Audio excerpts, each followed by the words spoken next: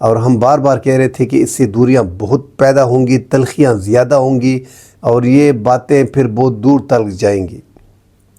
واقعی ابھی ہم دیکھ رہے ہیں کہ یہ واقعہ جو صوبائی اسمبلی پختونخوا کی ہے، جہاں پہ کہا جا رہا ہے کہ گورنر راج لگایا جائے گا، پارٹی کو بین کر دیا جائے گا، مگر جس صوبے میں 95%، 97% کی اکثریت جو ہے وہ پاکستان تحریک انصاف کی ہو، وہاں پہ میرے خیال میں گورنر راج لگانا بے وقوفی ہوگی۔ اور گورنر راج لگانے کے لیے آپ کو 18ویں ترمیم میں مشکلات تھی، مگر یہ حکومت مشکلات کو نہیں دیکھ رہی، وہ ساری مشکلات ان کے لیے چھٹکی ہے۔ آرٹیکل 32، 33 اور 34 کے تحت جو ہے وہ صوبائی اسمبلی میں قرارداد پاس کریں گے تبھی ہوگا متعلقہ صوبائی اسمبلی، مگر اس کے بعد آرٹیکل 232 بھی آتا ہے، اس میں صدر مملکت کے پاس اختیار ہے کہ 10 دن کے اندر اندر قومی اور سینٹ سے، قومی اسمبلی سے اور سینٹ سے قرارداد پاس کر کے وہاں پہ گورنر رول لگا سکتا ہے ودن 10 days۔ تو یہ قانون وغیرہ کو دیکھا نہیں جاتا، قانون تو انہوں نے بنا دیا جس انداز میں قانون 26ویں آئینی ترامیم کو انہوں نے توڑ مروڑ کے اپنے لیے عدلیہ کو مکمل طور پہ کنٹرول کر دیا اور عدلیہ کو ایگزیکٹو کے انڈر کر دیا۔ اب وفاقی آئینی بینچ جو بنایا گیا ہے اس میں 4تھے نمبر کے جج کو اٹھا کے، اپنا من پسند کا جج اٹھا کے ان کو آئینی بینچ کا سربراہ جسٹس امین الدین کو بنایا گیا ہے، اور 3 نمبر کے جج کو اٹھا کے سپریم کورٹ کا چیف جسٹس بنایا گیا جسٹس یا آفریدی کو۔ جو موسٹ سینئر 2 ججز تھے ان کو سپرسیڈ کیا گیا، جسٹس منصور علی شاہ کو، جسٹس منیب اختر کو۔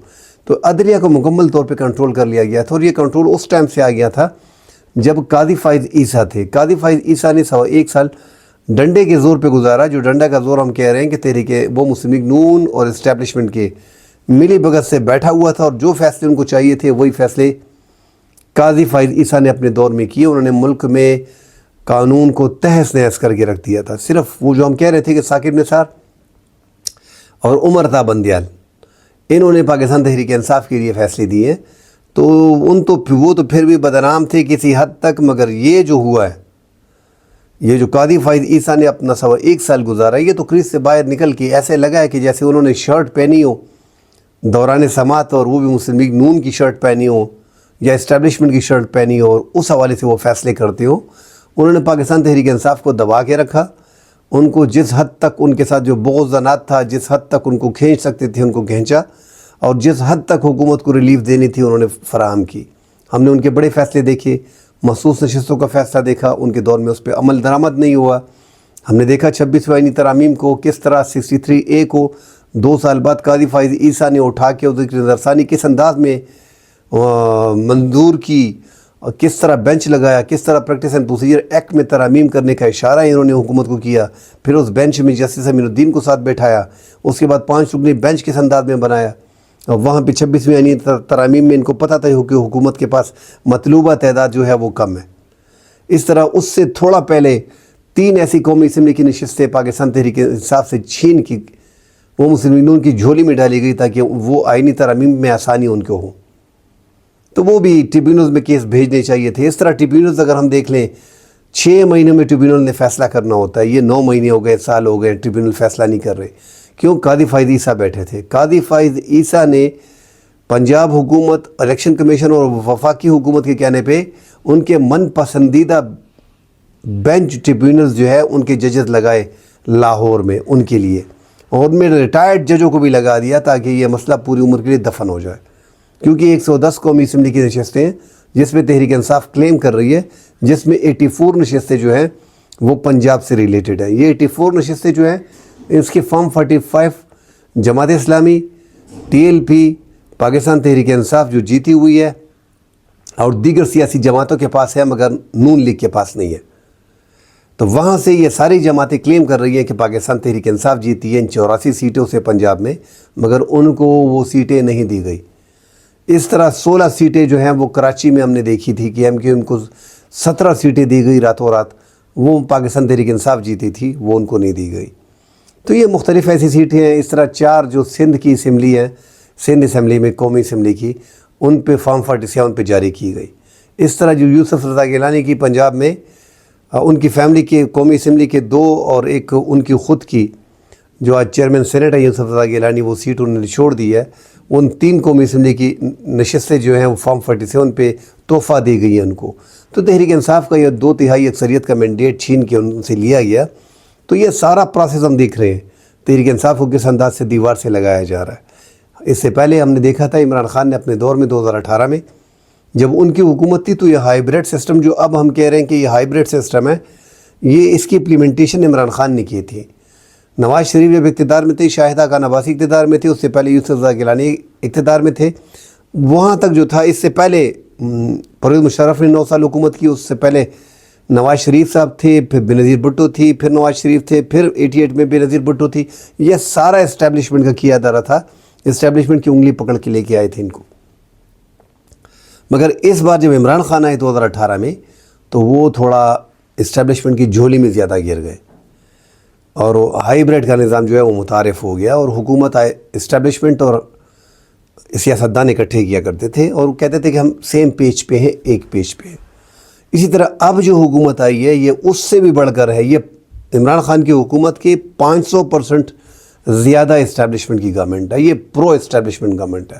یہ جو ہے آپ ایسے کہہ سکتے ہیں کہ جو 8 فروری کے انتخابات تھے، ان کو اپنی شکل دکھا دی گئی آئینے میں کہ آپ کی 17 سیٹیں ہیں، پیپلز پارٹی آپ کی 28 سیٹیں ہیں، MQM آپ کی 0 ہیں، فلاں آپ کی 2 ہیں، آپ کو پھر بھی حکومت دے رہے ہیں. گڑبڑ نہیں کرنی. یہ اس طرح کا الیکشن تھا جو فارم 47 پہ مینیج کیا گیا. یہ پاکستان کی تاریخ کا پہلا الیکشن تھا، کیونکہ اس سے پہلے جتنے بھی الیکشن ہوئے تو اسٹیبلشمنٹ نے پاکستان کی تاریخ کے جتنے بھی الیکشن ہوئے ان میں سیاستدانوں نے اسٹیبلشمنٹ کی انگلی پکڑ کے اقتدار میں آئے ہیں. مگر ایک ساتھ بات مشترک تھی کہ اسٹیبلشمنٹ نے اپنی طرف سے دیکھا تھا کہ یار کس کو لے کے آنا ہے. یہ 4 جماعتیں ہیں، ان میں فیوریٹ کون ہے، عوام کس کو چاہ رہی ہے. کیونکہ اسٹیبلشمنٹ زیادہ افواج یا ادارے زیادہ تر کوشش کرتے ہیں کہ عوام کی حمایت کن کو حاصل ہے.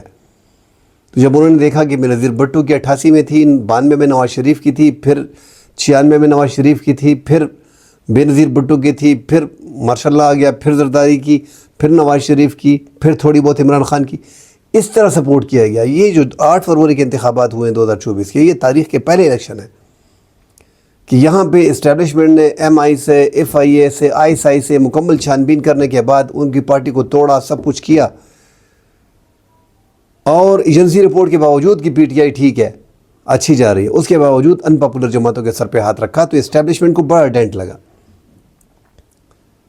اب یہاں پہ ڈینٹ بھی لگا، اس پہ بات کرتے ہیں کہ وہ ڈینٹ کس حد تک جا رہا ہے. مگر بڑی بات کرنے جا رہا ہوں جو وفاقی وزیر داخلہ نے کہہ دیا، جو نام لیے ہیں کہ ایک تو افواج نے ڈائریکٹلی ان 26 نومبر کے واقعات میں ڈائریکٹلی مداخلت نہیں کی، رینجر نے اور پولیس نے یہ ساری کارروائی کی ہے.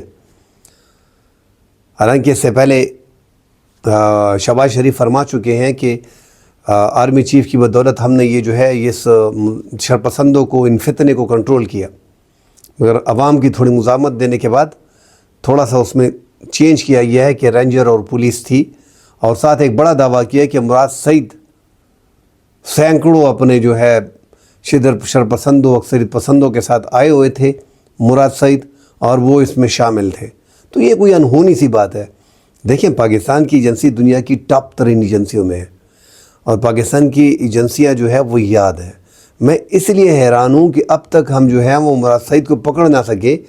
وہ پاکستان میں بیٹھا ہے، اسلام آباد میں بیٹھا ہے. خدا کا خوف کرو، کیسے کیسے بیانات دے رہے ہو. مراد سعید کب کا ملک سے نکل چکا ہے، وہ افغانستان میں بیٹھا ہوا ہے یا کسی دوسرے ملک میں چلا گیا ہے. شروع میں پاکستان میں تھا، مگر ان کو جو حالات لگ گئے، اندازہ لگ گیا ہے، وہ ادھر سے نکل گیا ہے. وہ بھی صوبائی حکومت کی مدد سے نکلا ہے. یہ کیا باتیں آپ کر رہے ہو؟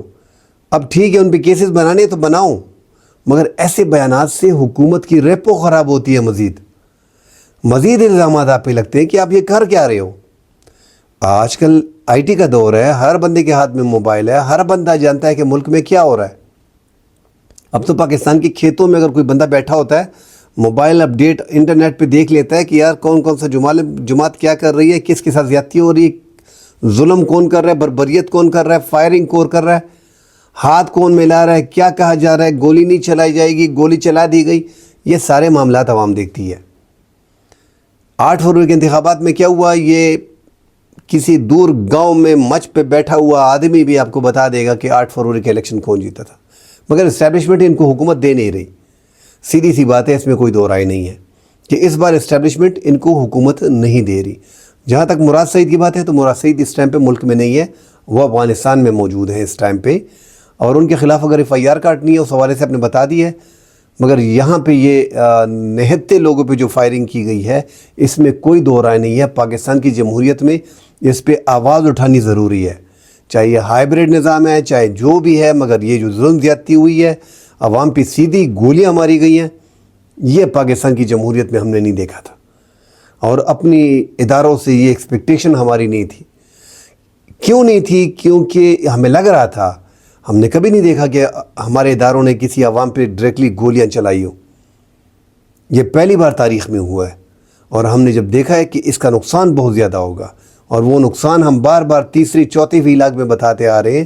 میں اپنے شہداؤں کو جو یہاں پہ لڑ رہے ہیں, ہماری سیکیورٹی فورسز, ان کے حوالے سے جو سوشل میڈیا پہ پیغامات دیکھتا ہوں وہ اللہ دل درد کرتا ہے. ان کے حوالے سے کیا لکھا ہوتا ہے, اب تو ان کے خلاف اب مذاق شروع ہو گیا ہے.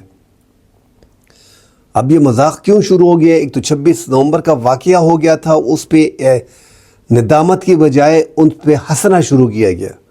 ان کی لاشوں پہ بے حرمتی کرنی اس کی شروع کر دی گئی. ان کو لاشیں بھی نہیں دی گئی, وہ لاشیں نہیں دی گئی, مگر یہاں پہ مسلم نون نے اپنی طرف سے کمپین چلائی, وہ لاشوں پہ ہنسنا اور مذاق شروع کر دیا. یار انسانی جانی گئی ہے, مخالف ہے, دشمن ہے, جو بھی ہے, ہم نے کون سی یہاں پہ ایک پرانی دشمنی ہے, زمین کا ٹکڑا ہے, اس پہ لڑنا ہے. سیاست ہے, سیاست میں جو بات کی جاتی ہے پارٹی کے خلاف, وہ کل آپس میں مل بیٹھ کے معاملات حل کر لیتے ہیں. مگر ان سیاسی جماعتوں, پاکستان تحریک انصاف و مسلم نون کی وجہ سے اب یہ دشمنی اتنی دور چلی گئی ہے کہ جو اسٹیبلشمنٹ نے ساتھ ان کے سر پہ ہاتھ رکھا ہے, بھگت ہو رہے ہیں ابھی. کیونکہ ہم نے دیکھا کہ عمران خان کے دور میں جو ہائیبریڈ نظام قائم ہوا تو جنرل باجوہ, جنرل فیض نے 2019 میں ہی ایک سال بعد اپنے تعلقات اپوزیشن سے استوار کر لیے تھے. مگر یہ اسٹیبلشمنٹ نے مکمل طور پہ عمران خان کو دیوار میں چن دیا, اور ان کے ورکر کو نہیں چھوڑ رہے کہیں پہ بھی. تو یہاں سے معاملات خراب ہو رہے ہیں. دیکھیں یہ ملک, ساری سیاسی جماعتیں ملک کی ہیں, ادارے ہمارے ہیں, اور پاکستان کی پاپولر جماعت ہے جس کا آپ یہ سوچتے کیوں نہیں کہ کروڑوں لوگ اس سے محبت کرتے ہیں, عمران خان سے کروڑوں لوگ نواز شریف سے محبت کرتے ہیں. اس طرح 1.5 کروڑ لوگ بلاول سے یا زرداری سے محبت کرتے ہوں گے. مگر چونکہ پنجاب کا صوبہ بڑا ہے, اس ٹائم پہ پنجاب میں اسٹیبلشمنٹ کو پتہ ہے کہ عمران خان الیکشن جیت گیا ہے, نون لیگ کو پتہ ہے کہ وہ جیت گیا ہے. اس کا مطلب کہ عوام کی ہمدردی پنجاب میں سب سے زیادہ عمران خان کے ساتھ ہے. پختونخوا میں آپ دیکھ لیں کلین سویپ ہے, سندھ میں بھی اس نے سیٹیں جیتی ہیں, بلوچستان میں بھی جیتی ہے. ایسے بندے کے ساتھ بلا وجہ کی ٹکر لینا فضول ہے, بلا وجہ کی. یہ گیپ اسٹیبلشمنٹ کا اور عوام کا بہت دور جا رہا ہے. خدا کے لیے اس کو کنٹرول کرو. دل دکھتا ہے جب میں نے تحریک انصاف کی شہادتیں ہیں, چاہے وہ 12 ہیں, چاہے وہ 10 ہیں, چاہے وہ 8 ہیں, چاہے وہ 15 ہیں, چاہے وہ 20 ہیں, اللہ ان کو بخشے. جو سیکیورٹی اہلکار کی تھی اللہ ان کی مغفرت فرمائے. جو غلط فیصلے تھے جنہوں نے کیے رب ان سے پوچھے گا. مگر جو واقعات ہو گئے اس کو اب مل بیٹھ کے معاملات کو حل کرنا چاہیے. یہ بہت دور جا رہا ہے. اب وہ صوبائی اسمبلی میں ہم نے دیکھا ہے کہ کس انداز میں ڈاکٹر امجد جو ہیں انہوں نے بات کی ہے کہ جو سیکیورٹی اہلکار جو شہید ہو گئے تھے بارڈر پہ لڑتے ہوئے, ان کی جو لاشیں تھیں وہ, کیونکہ وہاں پہ کوئی انتظام نہیں تھا, تو کہتے ہیں انہوں نے کہہ دیا کہ وہ جب مقابلے کے ٹائم ہوتا ہے تو ان کی لاشیں گدوں پہ آتی ہیں, جب مقابلے کا ٹائم آتا ہے تو ان کی 93,000 90,000 فوج جو ہے اس کا یہ ہوتا ہے, اس کا وہ ہوتا ہے, وہ ہتھیار ڈال لیتے ہیں. اور سوشل میڈیا پہ ہم دیکھ رہے ہیں ہر جگہ پہ ہمارے شہداء کی اب بے حرمتی ہو رہی ہے. تو کسی کی شہداؤں کی بے حرمتی نہ کرو, یہ گیپ کو آگے نہ لے کے جاؤ. تحریک انصاف کی جو شہادتیں ہوئی ہیں اس پہ بھی مسلم نون اور پیپلز پارٹی, مسلم نون تو سیاسی جماعت ہے, اسٹیبلشمنٹ یا ادارہ تو سیاسی جماعت نہیں ہے نا. اس کو تو کھل کے اتنا نہیں آنا چاہیے تھا. اس کو شہباز شریف کی ہر میٹنگ میں بیٹھ کے اور وہاں پہ باتیں کر کے کہ فتنہ تھا اور وہ آپ سن رہے ہیں, ایسی میٹنگ میں نہیں بیٹھنا چاہیے تھا. یہ معاملات یہ شہباز شریف کو لوگ نہیں دیکھ رہے, ادارے پہ سب کچھ پڑ رہا ہے. خدا کے لیے بڑے احتیاط کریں. اس ملک کو آگے لے کے جائیں، ساری طاقت جو ہے اس کا منبع جو ہے وہ اسٹیبلشمنٹ ہے، ان کے ہاتھ میں ہے۔ یہ راستہ بھی سیدھا کر سکتے ہیں۔ ہم یہ نہیں کہہ رہے کہ شہباز شریف ان پاپولر جماعت ہے، اس سے آپ حکومت لے کے عمران خان کے حوالے کر دیں، نہیں۔ بس عمران خان نے پونے 4 سال حکومت کی ہے، جمہوری پروسیس ہے، کمزور ہے، صحیح ہے، غلط ہے، آپ نے اس سے مینڈیٹ چھینا ہوا ہے، چھوڑیں، یہ کر لے، چلا لے، مگر اتنی ظلم بربریت نہ کریں۔ اس کے جو نقصانات ہیں اس کے فرنٹ پہ نہیں آنا چاہیے، حکومت کو بھی منع کرنا چاہیے، بس ٹرم اپنی پوری کریں۔ آپ اگر عمران خان کا تشخص مٹانا چاہتے ہو، اس کو مکمل طور پہ ختم کرنا چاہ رہے ہو، تو اس کروڑوں لوگ جو ہیں وہ آپ کی مخالفت کریں گے۔ وہ ایک نسل جو اس نے تیار کی ہے وہ کافی حد تک 10 15 20 سال تک نفرت کرے گی، تو یہ نفرت زیادہ ہو جائے گی۔ میں قریب پڑوسی ملک کا انڈیا کا میڈیا دیکھ رہا ہوں، وہ ایسے بات کر رہا ہے جیسے وہ تحریک انصاف کی جماعت ہے، تحریک انصاف ان کی جماعت ہے، اور وہ ایسے میں طنز پہ کہہ رہے ہیں کہ آپ لڑنے ہمارے لیے آئے تھے، آپ کا جو کیمپس ہے وہ کمپس ہے وہ غلط ہے، آپ اپنے آپس میں لڑ رہے ہو، وہ مذاق اڑا رہے ہیں ہمارا۔ خدا کے لیے سدھر جاؤ۔ یہ جو سوشل میڈیا پہ میں دیکھ رہا ہوں انتہائی دکھ ہوتا ہے، اپنے بہادر افواج جو دہشت گردی کے خلاف لڑ رہے ہیں ان کے خلاف جو ہے وہ باتیں بھی ہو رہی ہیں، اور سوشل میڈیا پہ بھی ہو رہی ہیں، اور صوبائی اسمبلی میں بھی ہو رہی ہیں، اور ہم آپس میں بھی کر رہے ہیں۔ تو یہ ایک آدھ واقعات زیادہ اس طرح اگر مزید ہو گئے پھر پاکستان بہت پیچھے چلا جائے گا۔ اب بھی وقت ہے سدھرنے کا، اور کوشش کرنی چاہیے کہ ایسے معاملات سے ادارے جو ہیں وہ ایک سائڈ پہ ہوں، ان کا نام بیچ میں نہ آئے۔ یہ پریس ریلیز جاری کرنے کی ضرورت ہی نہیں تھی کہ رینجر اور پولیس تھا، اس سے پہلے آپ معاملات ایسے کر لیتے کہ لگتا ہے ایسا کہ اس میں افواج جو ہیں وہ افواج پاکستان اس میں نہیں ہے، مگر چونکہ افواج پاکستان وہاں پہ شہباز شریف کے ساتھ بیٹھے رہے، شہباز شریف نے کہا کہ یہ فتنہ فساد والے، یہ ایک جماعت تھی اور آرمی چیف نے ختم کرنے میں ہماری مدد کی، یہیں سے معاملات مزید خراب ہو گئے۔ جن کو پتہ نہیں تھا ان لوگوں کو بھی خبر ہو گئی۔ تو یہ معاملات یہ آہستہ آہستہ ہمارے ہاتھ سے نکل جا رہے ہیں، اور یہ فاصلے افواج پاکستان اور عوام کے زیادہ ہوتے جا رہے ہیں۔ ہمارے اداروں کے درمیان اور عوام کے درمیان فاصلہ کسی لحاظ سے درست نہیں ہے، یہ انتہائی خطرناک انڈیکیٹر ہے۔ یہ فاصلوں کو خدا کے لیے کم کریں۔ یہ ہمارے جو روزانہ شہادتیں ہوتی ہیں بارڈر پہ، کانسٹیبلز کی، افسران کی، ان کی شہداؤں پہ، ان شہیدوں پہ، ان پہ جو ایموجی آتی ہے ہنسنے کی، جو لوگ نیچے کمنٹ ہوتے ہیں، پریشانی ہمیں ہوتی ہے۔ سوشل میڈیا آپ نے بند کر دیا، اب یہ پابندیوں سے کچھ بھی نہیں ہوگا۔ حالات کو ٹھیک کرنے ہوں گے، عوام کے ساتھ گل مل بیٹھ کے آپ کو دیکھنا پڑے گا کہ عوام کس سائڈ پہ ہے، عوام چاہتی کیا ہے، عوام کیا چاہ رہی ہے، اس حساب سے چلنا پڑے گا، اور سیاست سے تھوڑا دور رہنا پڑے گا، تبھی معاملات ٹھیک ہوں گے، ورنہ یہ معاملات آگے جا کے مزید خراب ہوں گے۔ کل انشاءاللہ پھر حاضر ہوتے ہیں۔ اللہ حافظ۔